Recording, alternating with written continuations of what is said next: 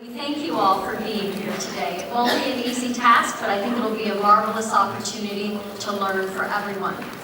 Let me briefly introduce our panelists. Starting on the far end, we have Sydney Kushner, who is student and founder of CCC, Triple C Champions, and he's a student at Brown University, and their organization develops one-to-one, long-standing relationships between athletes and children.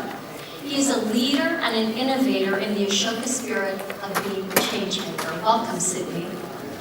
Next, we have Marcie, Pitt, Catsouphes. And Marcie is the Associate Professor of Social Work and Co-Director of the Center for Social Innovation at Boston College. Many of her well-known publications focus on community, work, and family. For example, the 2006 National Study of Business Strategy and Workforce Development, the 2008 Age and Generation Study, the 2009 Talent Management Study, and 2010 Generations of Talent Study. I think you see the theme. Next, we have Brian McRae, who is president of Dublin City University. He is truly a Renaissance man. In July of 2010, Brian was inaugurated the president of Dublin City University.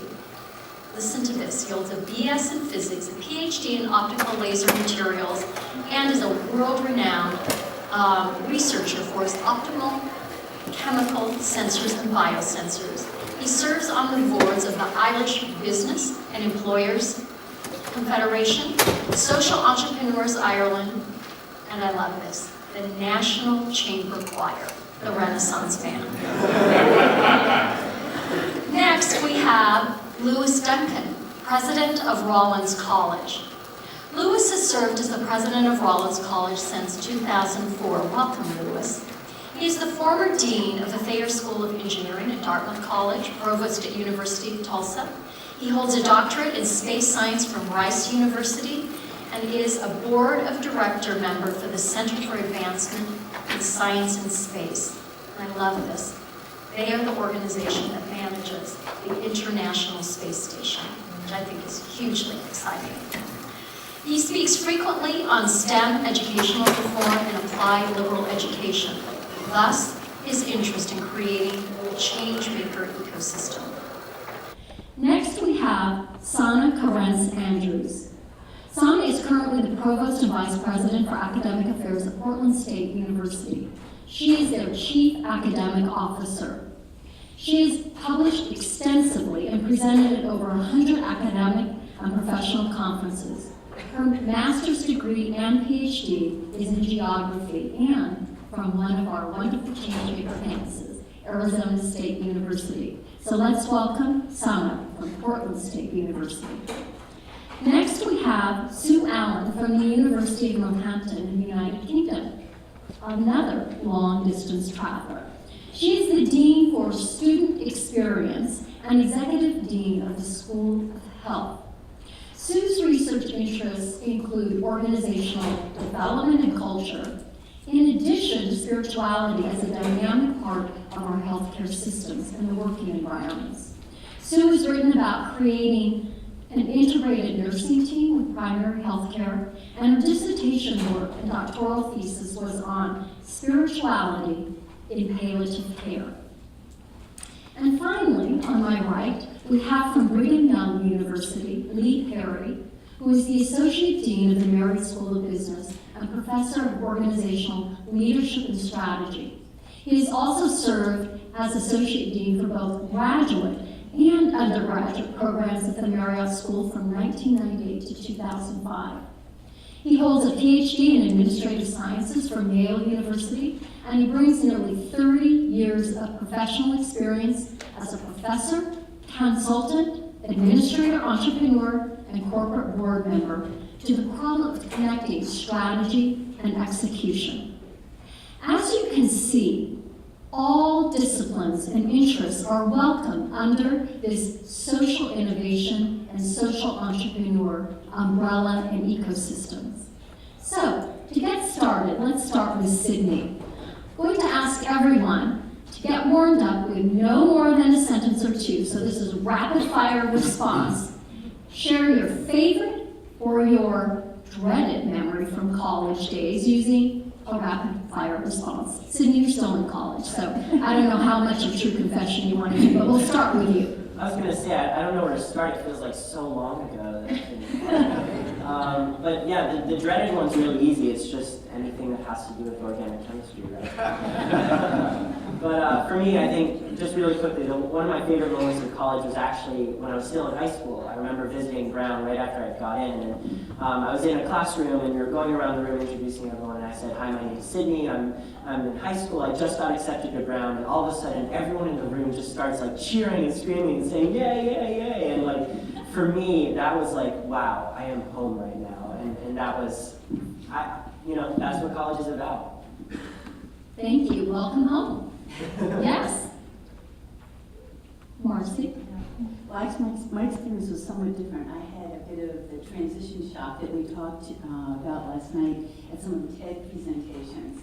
I graduated with a class of about 100 students, and our center of town was a gas station, and so I arrived on campus with a number of transitions to make, realizing in my first English class that I had no idea what critical theory was.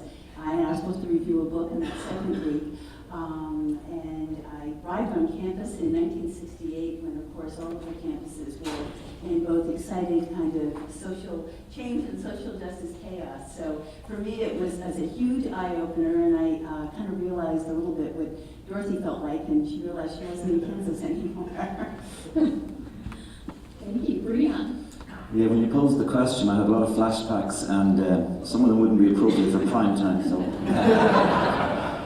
but one of the worst moments was I was a physics PhD student, and my first ever presentation at a conference, and it was a few years ago. So the technology was transparencies, coloured markers, and so on. And I was so nervous, and the room was so hot. Just as I was going on stage, a bead of perspiration left my forehead and landed on my single slide, and it proceeded to disappear in front of me. So I've become good at ad-libbing ever since. Thank goodness for technology. Thank you. Lewis? Choosing an embarrassing moment is hard with so much material to work with. But I'm a space physicist. I had the honor from my home institution of Rice of, I still believe, being the only person to be disqualified from the famous egg drop competition, where and I'm still unhappy about that. The purpose being to drop an egg from a second floor balcony and have it not break when it hits the ground. And most students approach that with some sort of packaging that they put the egg in, and my solution was just to break the egg before I dropped it. Which I thought was a clever solution. But my most profound moment was as a young space physics researcher, the moment when the car I was in came over a little rise and around a corner, and I caught my first look at the Arecibo Observatory, the world's largest radio telescope, where I would live and work for most of the next 2 years. It absolutely took my breath away, and I can say it still does. Thank you. Sona? I would say mine was one of my most memorable courses. I was a geography major, and I took the geography of viticulture. And the lectures were okay. I did okay in the lectures. I excelled in the lab because it was wine tasting. It was just... Well, welcome to California. Sue? Yes. Well, I think one of my memorable moments is, or one of my memorable courses was both my worst and my best. I was the only girl with 25 boys in the class, and the class was all about statistics. So you can imagine some of the challenges that I had during the course of that program as a fairly new 18-year-old with this vast array of opportunity. Thank you, Sue. And yes, Lee, let's hear from you. Well, as a business school professor, I'm particularly proud of an honor I had during college. I won the BYU Song Festival. And to sort of be closer to par for the course. I also won was on the winning team for the BYU softball tournament. But the music was probably the big thing, and it was more of an outlier event, and that's probably why I cherish it so much. Wonderful. So many Renaissance people on stage. So with that, let's move into the topic at hand, and we'll start with Sydney. Can you tell us a little bit about your journey and how you discovered social entrepreneurship? Well, that's hard because it implies that I know what social entrepreneurship is, and I'm not sure I can answer that quite yet.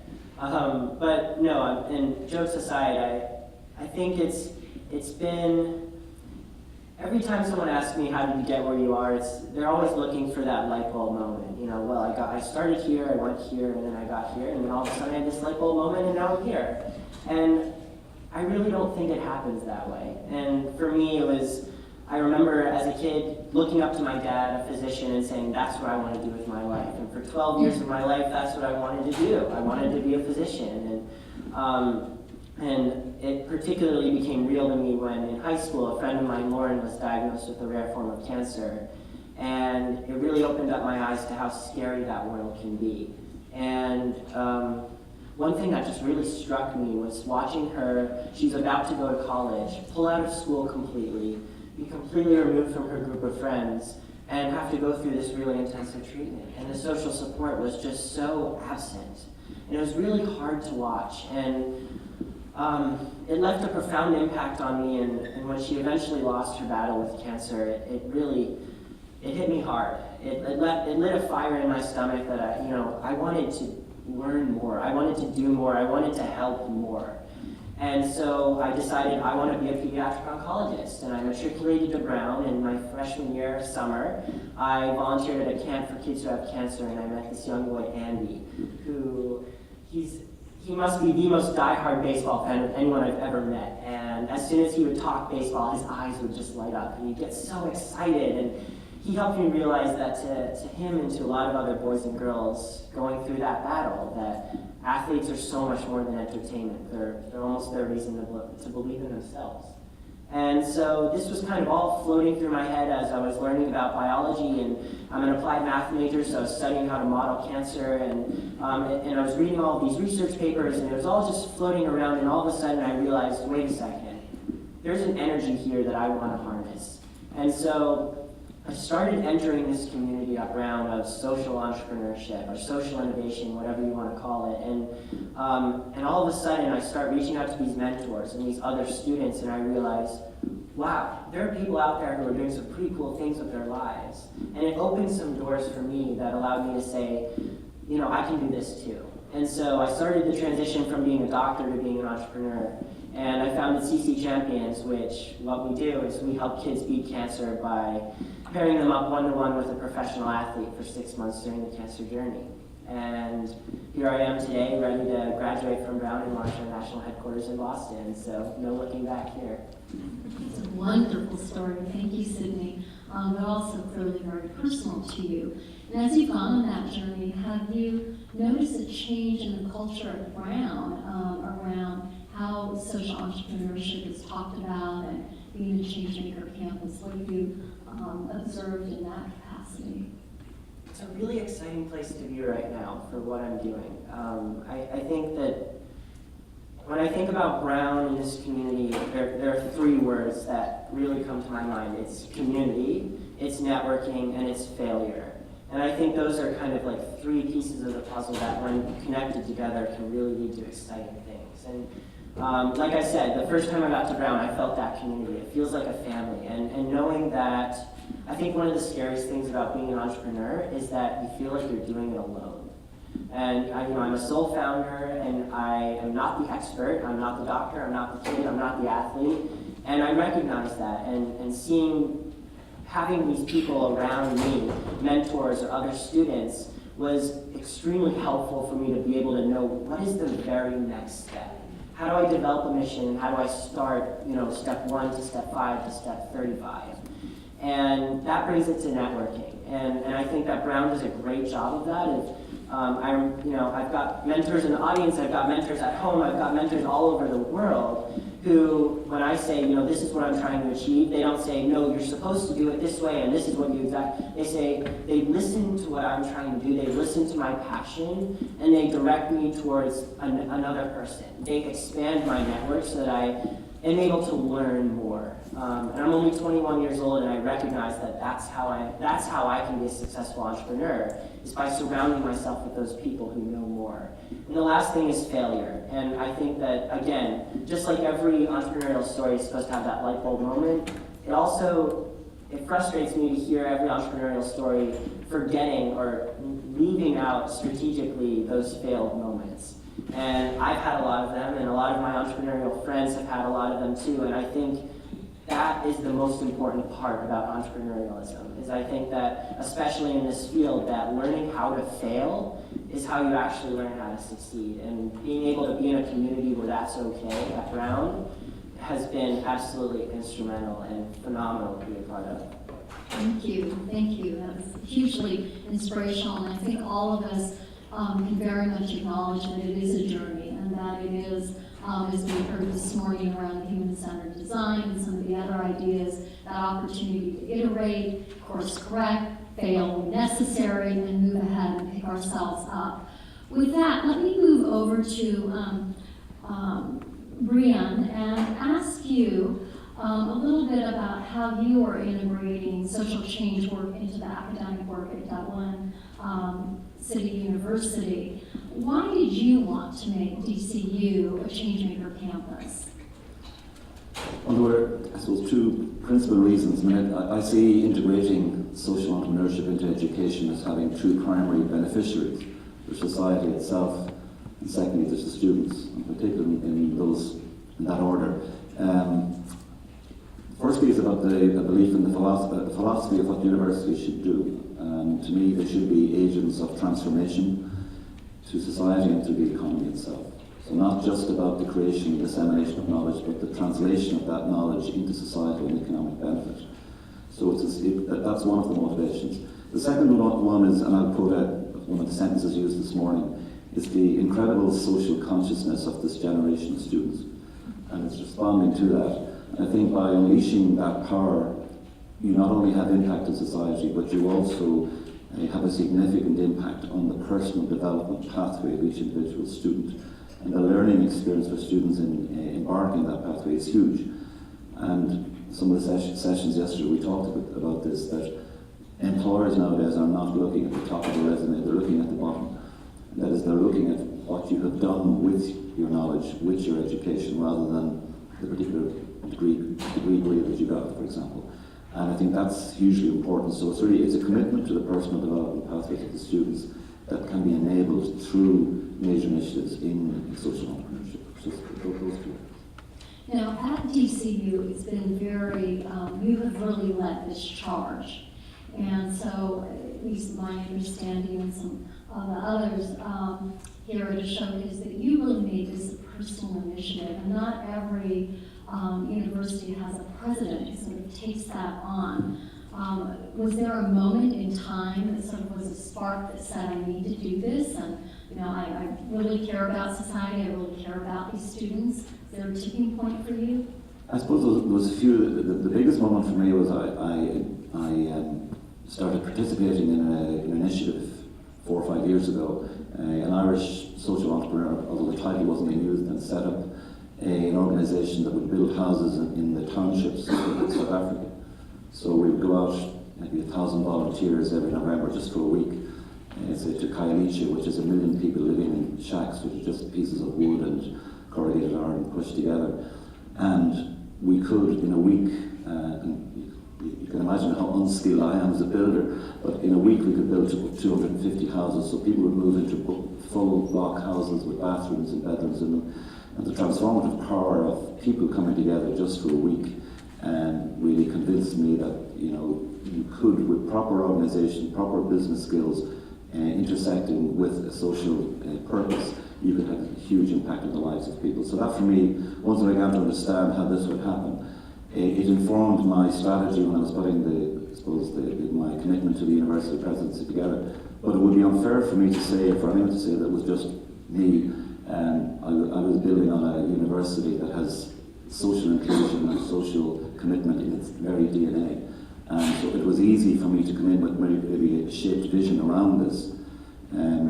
We just launched a new strategic plan last September called Transforming Lives and Societies.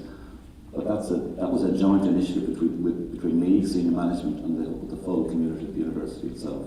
So it's a shared vision, really, but I'm very happy to lead it. Thank you. And that shared vision, Lewis, another university president from Rollins College, I know you had a very open ear to this, and while a lot of faculty and staff were driving this, can you talk a little bit about the initiative for social entrepreneurship at Rollins and what made you decide that being a Changemaker Campus was good for the university? I can, although I didn't, because that decision was made at Rollins. We're 128 years old. I think the decision was made about 9 years ago, when the campus, as part of its mission, warmly embraced the concept of an applied or practical liberal education.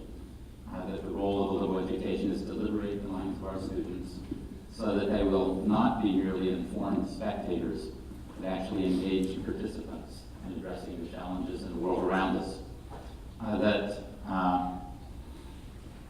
It's completely consistent, and in fact it offers great synergy that we would become a Changemaker Campus, and Ashoka here is a great opportunity to do that. It did grow organically from our faculty and staff and students. It started, as many do in the business school, with a core group of roughly 6 faculty and staff who met in 2010 to discuss the opportunities. As part of our campus, they ran a survey to determine what other elements of campus might be interested. It was met with a resounding response from many offices on campus, which I think is consistent with the culture at Rollins. We've had a nationally award-winning community engagement program for a number of years, and this somewhat grew out of the leverage that brings as well. By 2011, the core group supporting this had grown to 15 faculty and staff. That by 2012, the efforts underway were such that it was important that we develop a permanent office and a director for our efforts in social entrepreneurship and sustainable enterprise at that time.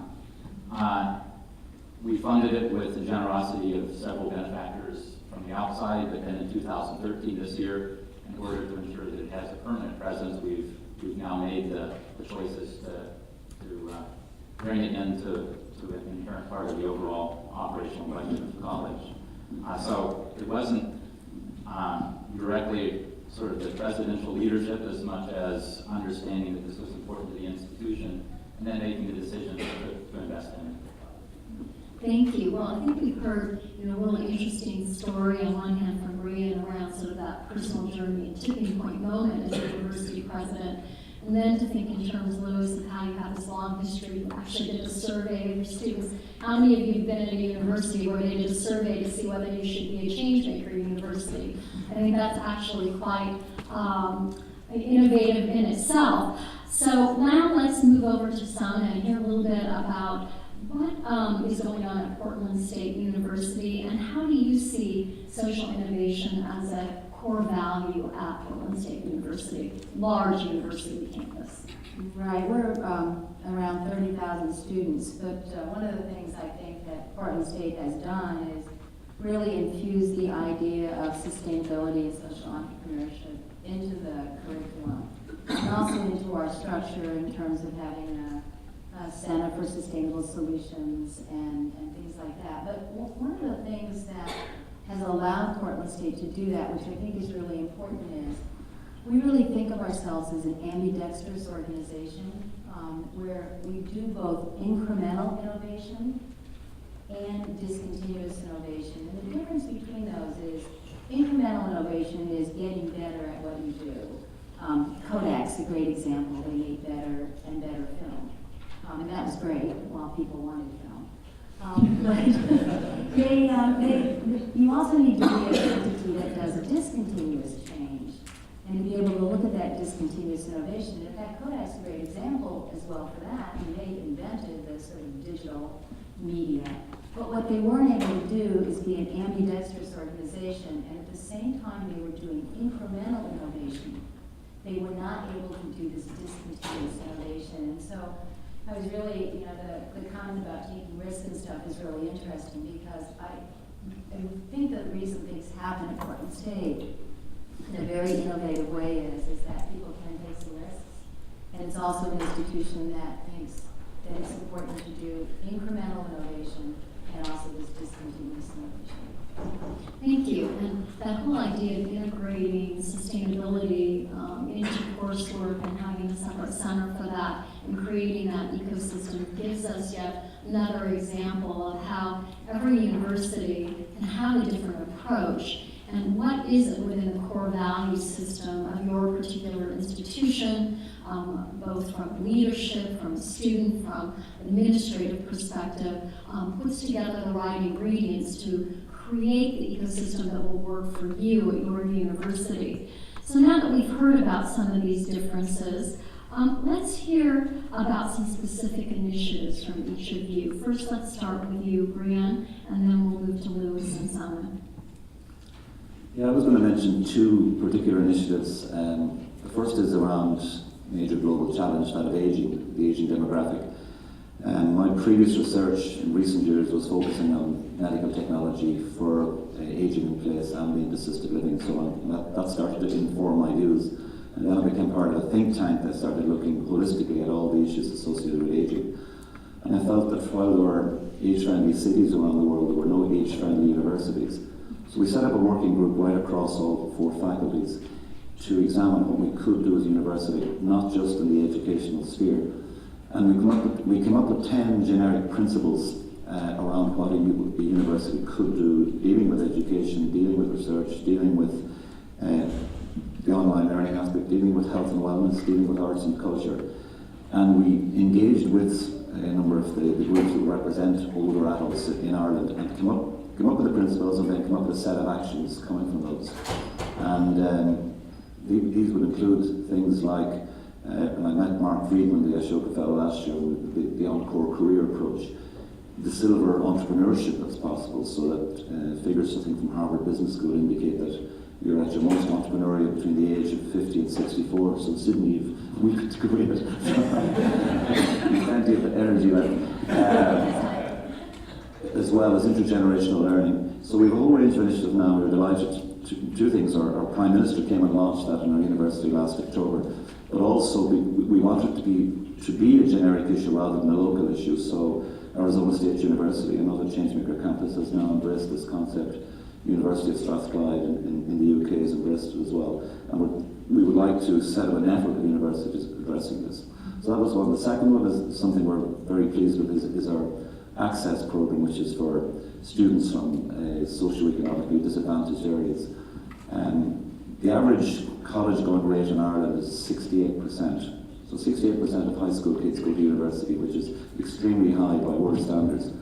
But in regions close to our university, it's as small as 5%. So 20 years ago, we decided to address this issue. We started with 6 students. Now we have 550 students on campus that would not be at university, would have no relations at university, were it not for our intervention.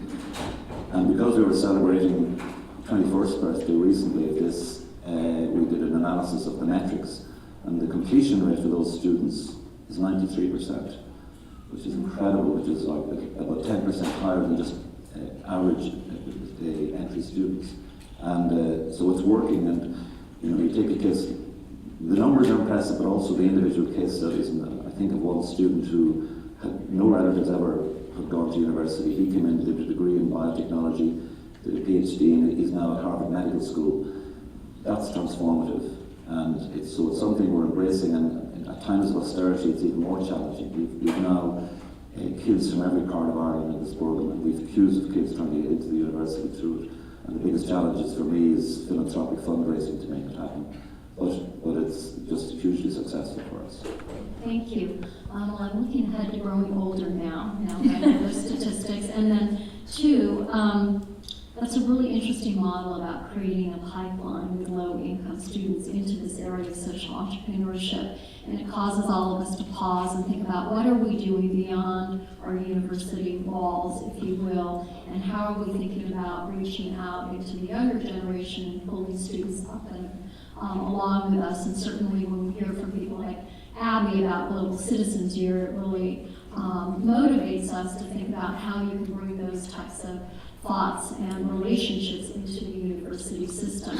With that, let me ask you, Louis, what social entrepreneur initiative do you feel really captures that spirit at Rollins College? Well, I think Rollins is, from the lessons we learned from the enormous success we've had in service learning and community engagement, understands that it needs to be woven not just into the co-curricular or extracurricular opportunities for students, but it needs to be part of the curriculum.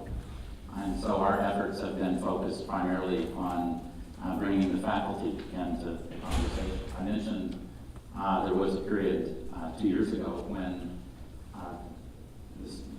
the social entrepreneurship movement broadened out of the business school. That did not go completely smoothly. There's enormous interest in the program, a robust response to asking for those who might be interested. But as an example of sort of the old wittism that the battles within academia are so intense because the stakes are so small,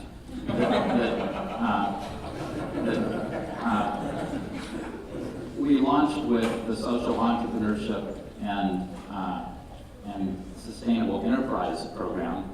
A number of the faculty were very upset with the word sustainable. And so we now have the Social Entrepreneurship and Sustainability Initiative.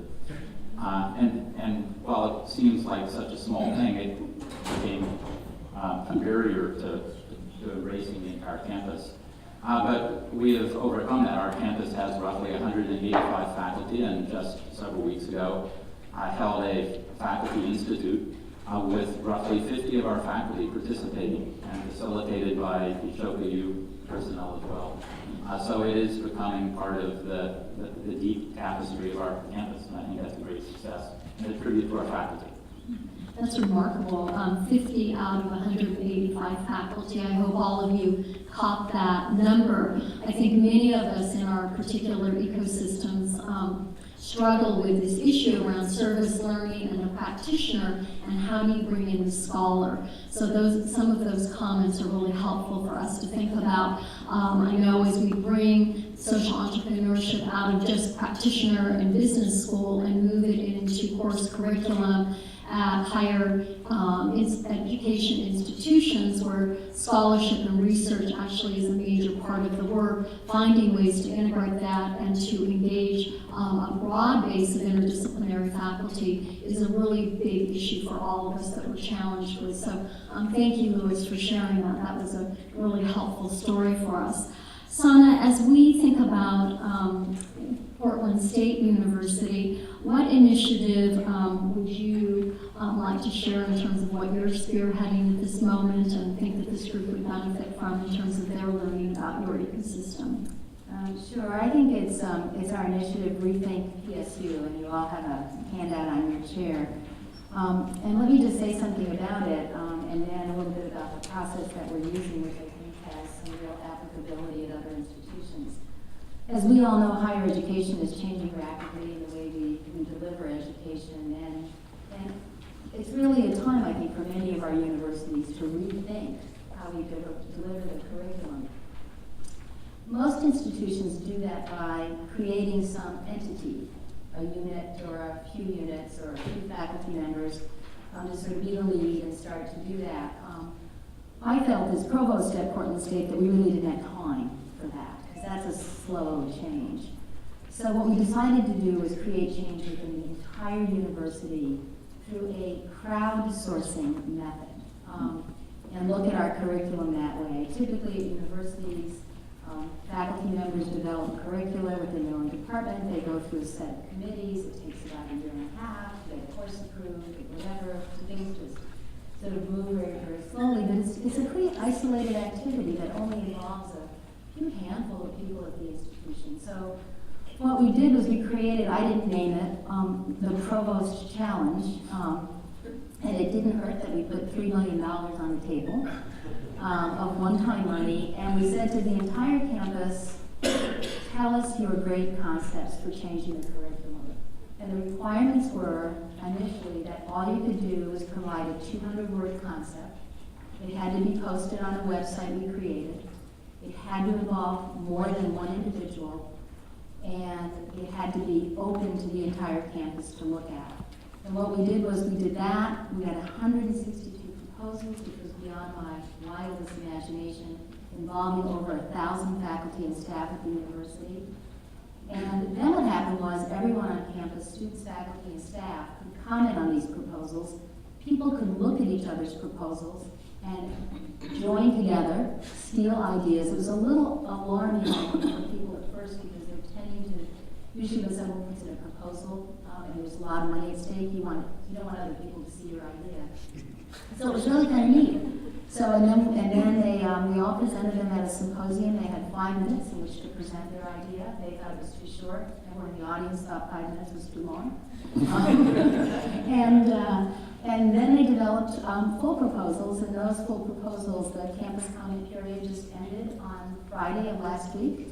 And we've got some amazing, amazing synergies that were formed on campus by people across departments and across colleges who were thinking about very similar things and were able to see each other's ideas and benefit from the entire campus participating. So we will, in the next month, make those awards.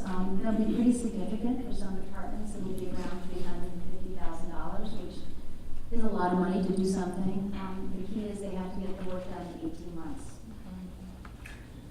Wonderful story. I think this idea of challenges is such a great way to engage interdisciplinary conversations and communities around campus, and also this whole cross-sector idea between business, nonprofits, and government coming together and sort of pulling together different lens to actually think about these problems. So that's very exciting, and I very much agree with wisdom of crowds and how that actually does inform us if we take a moment and listen. I read that book. Yeah.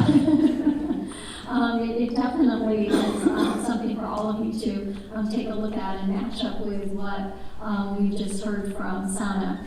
With that, we've certainly heard about some very exciting initiatives, and in addition to sort of the faculty leadership that goes on at universities, there's also both faculty and administrator leadership. So let's take a moment and hear from Sue and Lee about how your institutions have very unique missions and identity, and how do you see social entrepreneurship supporting that mission at your particular university. Lee, why don't we go ahead and start with you first and hear a little bit about what's going on at BYU. Thank you. BYU is a faith-based institution. We're at one here at University of San Diego. I just flew in from the Dominican Republic. I was there with a group of entrepreneur founders. They had some family members with them. The last lunch I had in the Dominican Republic was with a number of people, but one of them was a young lady named Katie Murphy, who is 16 years old and the son of Brian Murphy, who is one of our entrepreneur founders. The conversation with Katie quickly moved to Hurricane Sandy, and she talked about how she was involved after the hurricane in helping clean up some of the housing in the Rockaways. She was part of a program called Mormon Helping Hands. And Katie was struck by that experience. She was changed by it. It was a very brief experience, but she felt what it was like to do good for someone who really needed it. Now, what does that have to do with Brigham Young University? Well, Katie wants to come to Brigham Young University in a few years. And she will come with that experience from Hurricane Sandy. If we do our job at Brigham Young University, she'll have a greater desire when she leaves to do good. and we'll also have taught her how to do good better. Now that is really the theme of our initiative at BYU, doing good better. This is an initiative sponsored through our Ballard Center for Economic Self-Reliance and the Social Entrepreneurship program. And it really is what drives all that we do. We focus on research around doing good better. We have faculty who have made significant contributions to the body of knowledge about how to leverage doing good and have more impact. We feel like that is our special niche. At the end of the day, our target is the Katie's of the world, the Katie Murphys of the world. We started out probably like most of the schools thinking we were going to create social entrepreneurs and social innovators. Maybe it was because it was a business school initiated initiative, but we found that what fit the mission of BYU better, and oh by the way, at the entrance of BYU are the words, enter to learn, go forth to serve, was trying to encourage everyone, every student in the student body to be involved in social innovation. Now, they would probably fit this into a life that would involve working for a company, and they would try to fit it in with their church service and their other community service and their family service. But all of this is part of the ecosystem that we're trying to create, where we think of 1,000 Katie Murphys, thousands and thousands of Katie Murphys doing good in the world. And it gets away from the notion of being an individual hero to being part of a collective body. It's a little bit like C.K. Prahalad talked about in terms of the energy of the anthill, where combined effort leads to wonderful things. And it is the combination, the summative nature of that work that creates community and creates villages and creates all the good in the world. And we're hoping that we can engender that in our students at BYU. Thank you, and that combined effort is also informs the wisdom of crowds, if you will. Also very much appreciate the motto and the underpinning for the university around enter to learn and go forth to serve.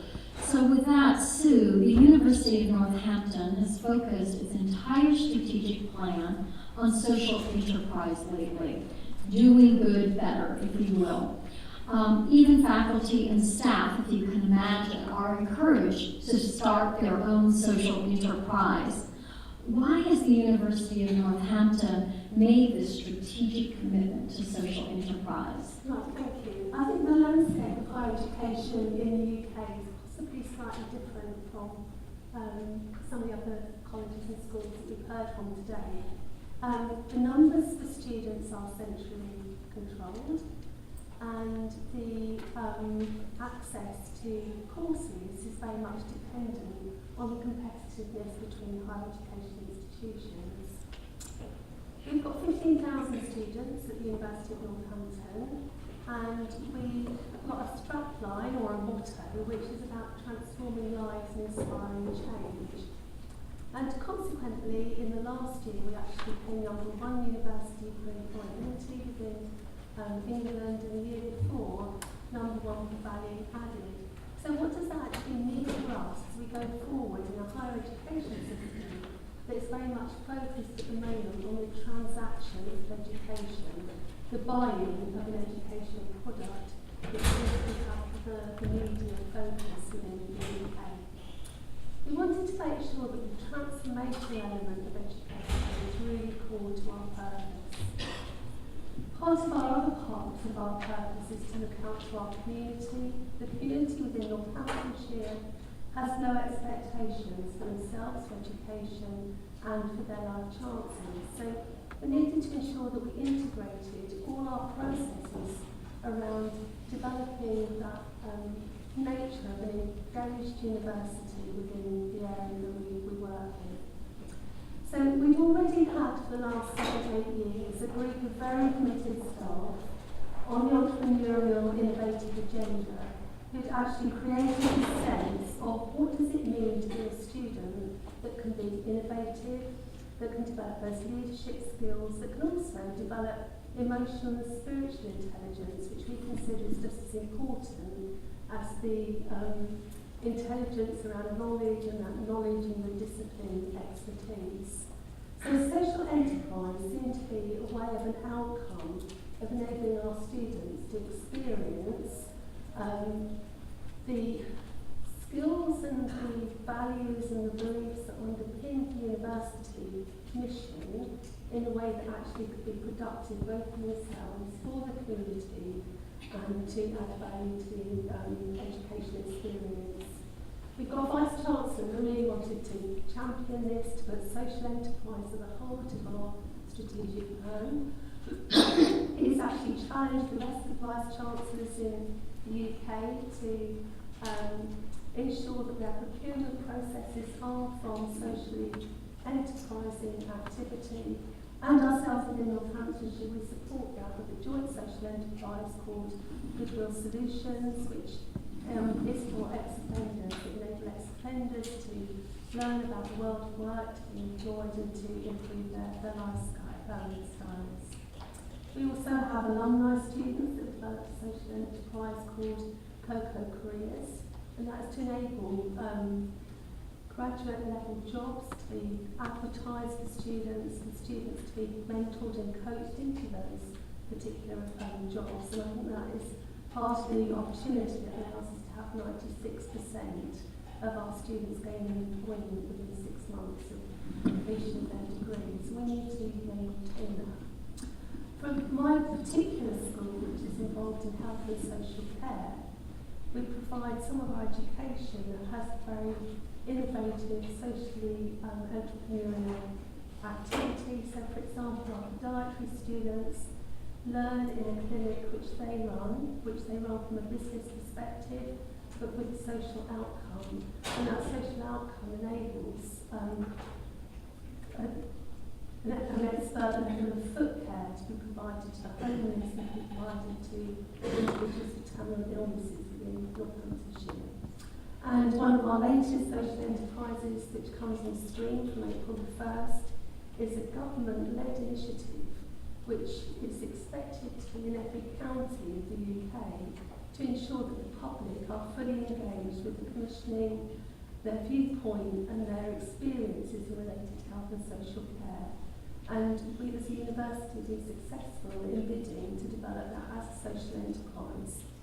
That means that as a university we can provide evidence around health and social care, we can add to our research portfolio, but we can surely make the voice of those that are marginalised, those that are vulnerable, and those that don't really know how to access the right level of health and social care services to be part of that process.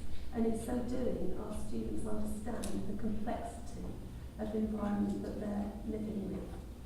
So it binds us together as an institution, enables all of our activity, whether it's internationalisation, whether it's student experience, whether it's financial sustainability, whether it's using our intellectual capital, to be focused around a principle where socially enterprising activity is core to meeting our strategic plan, enabling us also to maintain that competitive edge, which means that we will succeed and grow as a new university in the sector.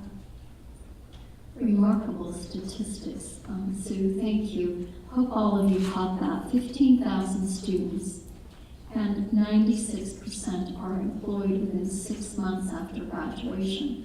So this whole idea of integrating social enterprise, and it's very cross-sector social enterprise with business, government, in the local community in Northampton, is really creating the environment for the students to walk out of their university experience, both, as you're saying, with the research and the academics behind them, but also having skills from a practitioner perspective. So thank you. Just remarkable story, and I think the initiatives that both Lee and Sue talked about, really engaging the students in that process, not only at a local level, but a global level, helps us all think about how we can expand our view in that way.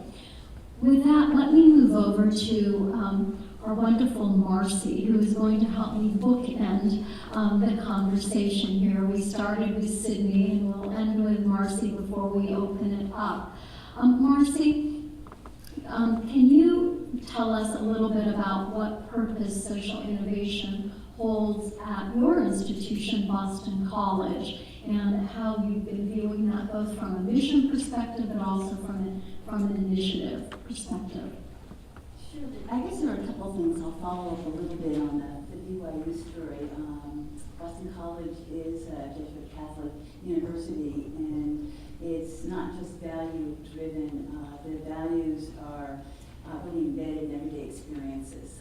It's not uncommon at all to hear students say that the reason they came to Boston College was that they felt that it would continue their opportunities to PC's mission, or its tagline, is for men and women for others, and I think the students take that to heart.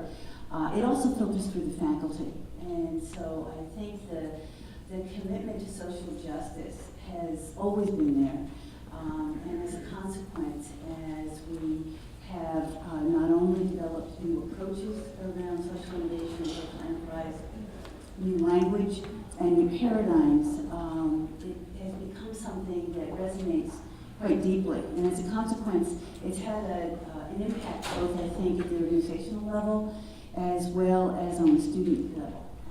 I can just give you a quick overview on that. Our initiative is more young than many of the other people who are represented. We really got started in its most nascent form just 3 years ago and started rolling things out just a couple of years ago. It wasn't until about a year ago we started having meaningful cross-school and cross-department conversations. And at Boston College, the conversation actually started from the Graduate School of Social Work, which had redesigned part of its master's program to focus specifically on social innovation and leadership. We did that through our curriculum, through our research, and we wanted to reach across the university. And I don't know if many of you have been engaged in sort of cross-school, cross-disciplinary efforts, but I had braced myself a little bit. In the past, I've done a lot of cross-national research, and I always thought that was a challenge. Speaking of languages and cultures, and oftentimes I found the bigger challenge when you get research teams together wasn't the culture and the language at all, it was their disciplinary backgrounds that we were having these miscommunications. So as a consequence, when we started the initiative around social innovation at Boston College and reached out to and invited people from across the university, it was really a delight in many ways because the language of social justice provided the equivalent of universal language, and rather than people in either the drama department or the biology department or sociology scratching their head and saying, I don't know how this is connecting up to what we do, they had already developed their courses with social justice in mind, and so for them, social innovation by no means is the end itself. They see it as a pathway to social justice, and so getting them on board and understanding the connections actually was really a very exciting process for us. It allowed us to ask the kind of questions of discovering, and we're continuing to discover really every day, all of the activities, whether they're student-led, whether they're within the classroom, whether they're sort of student formation, that are already going on. And so that's kind of at a structural level. The one thing I'll say at the student level, and this happened as soon as we engaged in a much wider public conversation, not uncommon again to Jesuit Catholic universities, there's a lot of conversation on student formation. There's a commitment that when students come to us as freshmen, that our responsibility is not only to spark and support their intellectual and academic development, but we want to be sure that we give them both challenges and expectations that, in essence, they'll be better people when they end up at the other 4 years. And the language that's used for that is student formation. And as soon as we began these conversations around social innovation, very spontaneously, we found out actually in a lot of the president's office and the provost's office, the language that was just sort of naturally popping up was they wanted to move from the service learning and the commitment the students make in their formation into transformation, so that the students were already talking about using these experiences so that at the end of their college experiences, they have set forth for themselves essentially a map of a life for social impact. Thank you. I think this idea that your academic field being in social work and while social entrepreneurship has been very widespread, if you will, within business departments and public policy and global development, actually finding that bridge and sharing an example of how social work, language, social justice is pulling it together at Boston College is such a great way for us to be thinking about new ways to think about social entrepreneurship. So thank you for sharing those stories. Is there any particular initiative that or group activity that surfaces in your mind as a particular favorite? Well, as I said, there's so much going on, and that's kind of been a pleasure. I feel like we're on a geological survey or something. We keep on learning and think, oh my gosh, look, it's here. But I guess I'll comment on one thing that has been particularly illustrative of the kind of approach that we're hoping to take. I think that the history certainly of social work, those of you not in that field might not know this, but really starting at the Industrial Revolution, the field grew up as problem solvers and change makers. That really understanding that the economic and social fabric in not only the United States, but in many of, at that time, the developing countries, was changing so radically that it was creating quite a social set of earthquakes, if you will. And one of the things that we've been thinking about is not only sort of developing the skills and the tools for our students to go out and become change makers themselves, but using some of the perspectives of social work, how do we build the capacity of the communities and the groups that we're essentially trying to support them in developing solutions and going beyond that so that they themselves can do this problem solving again and again. And so one of the projects that we've developed that we've very much invited the students into is the way we approach our social innovation lab, is that in addition to the students coming up with their solutions, they actually are working with real live organizations, and it's part of their job to be sure that they leave behind the capacity building so that as they're working essentially as student consultants with these organizations, it's also their responsibility to leave behind an enhanced capacity so that these organizations, when the students go on to their next project, that these organizations can confront new problems as they emerge and use some of the approaches of social innovation as they move forward in some of their tasks. The other piece of that that's important to us is that both the students and the external partnerships that we're developing is that we have tried from the very beginning to build in research, not only to kind of develop the field and knowledge of social innovation, but for the students to understand that we don't wait to the end to try to say, oh gosh, has it had an impact? And so as part of the lab, they are gathering information and organizing it and analyzing it and feeding it back to the organizations so that the research is actually integrated into the practice of social innovation itself rather than being a separate service. Thank you. I think that's certainly a common thing that many of us wrestle with, this whole idea of performance management, outcomes, evaluation, and assessment. So thank you for sharing that. It's the first time it had come up in the conversation, if you will, so clearly. Although I'm sure an underpinning with many of the social enterprise and social entrepreneur activities at all of the schools. So now let's open this discussion up for all of you in the audience. We have another 10-15 minutes where we can take questions.